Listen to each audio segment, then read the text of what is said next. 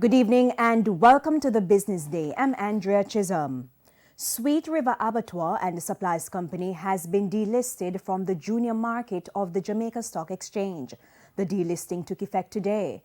The JSE says it's in accordance with the rules and the company's failure to remedy board-level breaches and financial requirements. Last month, Sweet River Abattoir said its directors and major investors had expressed concerns about the November 26 auction of the company's facility.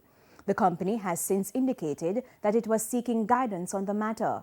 After years of operating at a loss, Sweet River Abattoir announced last September that it was in divestment mode and restructuring was almost complete.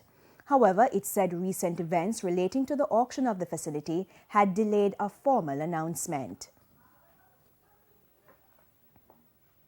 Currency trading ended today with the US dollar selling for $142.27, the Canadian dollar $107.21.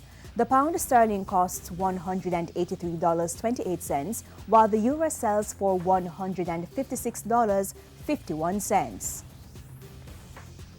Stocks ended mostly lower today, pulling the JSE market down more than 1,500 points. The market is now down 5% since the start of the year. At the same time, the junior market gained 5 points, but is down almost 11% so far in 2020. Stocks posting gains include Pulse Investments, Eplis Preference Stock, 1834 Investments, Lasca Manufacturing, and Dolphin Cove.